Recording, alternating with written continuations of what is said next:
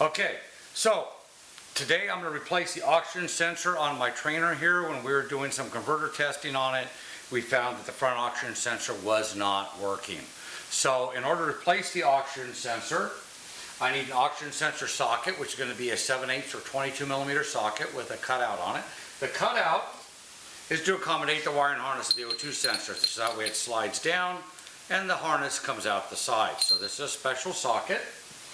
Now my oxygen sensor is kind of buried down in here, and even though I'm on a trainer, this is very similar to the access I'd have on it on a car, because I'd have my radiator right here anyways, because it's transverse mounted.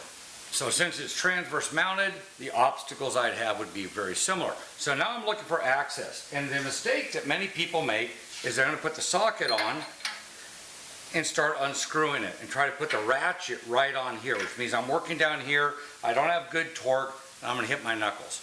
The other mistake people make is they don't undo the electrical connector first. So I'm going to undo my electrical connector. So my electrical connector is free. And now what I want to use is an extension. And I have a couple of different extensions I can use. I can use a wobble extension or a straight. In this case, the straight extension goes right down and I clear the radiator. The reason why I don't want to use a wobbly extension here is that as I torque it, it might bend and I might hit the radiator and break the radiator, which means I'm having a bad day because now I got to buy a new radiator. So then I'm going to get a small ratchet.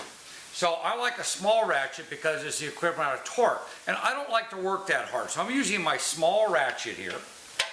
And I make sure it's on off. And I like snap-on ratchets because they're for people like me that aren't real bright. And it says on and off. So I can go right to off. And I'm going to put this on and I'm going to see if it'll pop loose. And it did. So it just popped loose real nice. And once I break it loose, many times,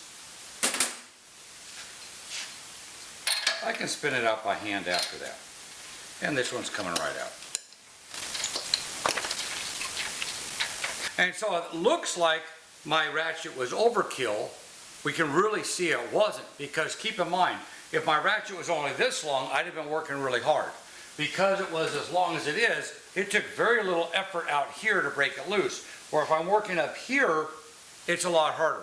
One reason why I went with a long ratchet is the last thing I want to do is round this off. And you can see even on this, by the marks, there's some rounding marks here. Either someone before me had tried to take it off, or the socket had actually started to move. So even though I made it look really easy, this thing was in there fairly tight. Also, you notice how this is completely covered in black. When we were working on this earlier, I said this car was running rich. And I knew that because when I popped the vacuum leak, the car actually ran better. So this is a sign, and this is a byproduct, and this might be part of the reason why our sensor wasn't working, is it's so carboned up. So we're going to get that new sensor in.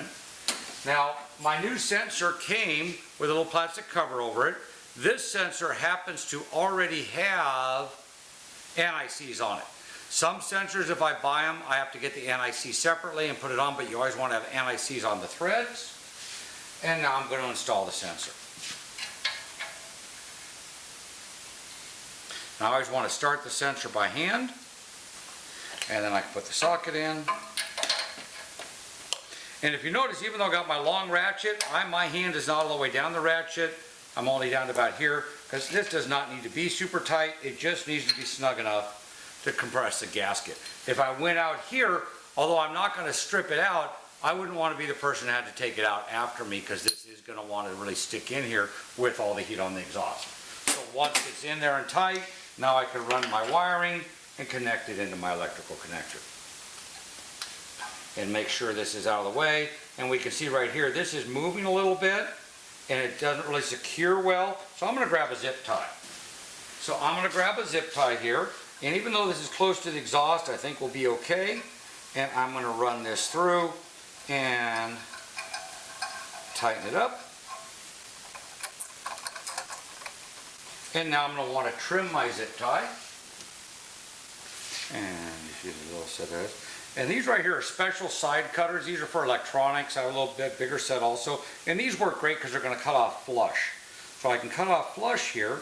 So when I cut it, I do not have a tab sticking up that's going to cut somebody, probably me, next time they put their hand down in here and you have just this little piece of the zip tie sticking up. So you actually use special cut-off pliers or cut-off angle cutters that actually cut flush. These are for electronics use, but they're only made to cut copper. Plastic's softer than copper, so we're not going to hurt them doing that.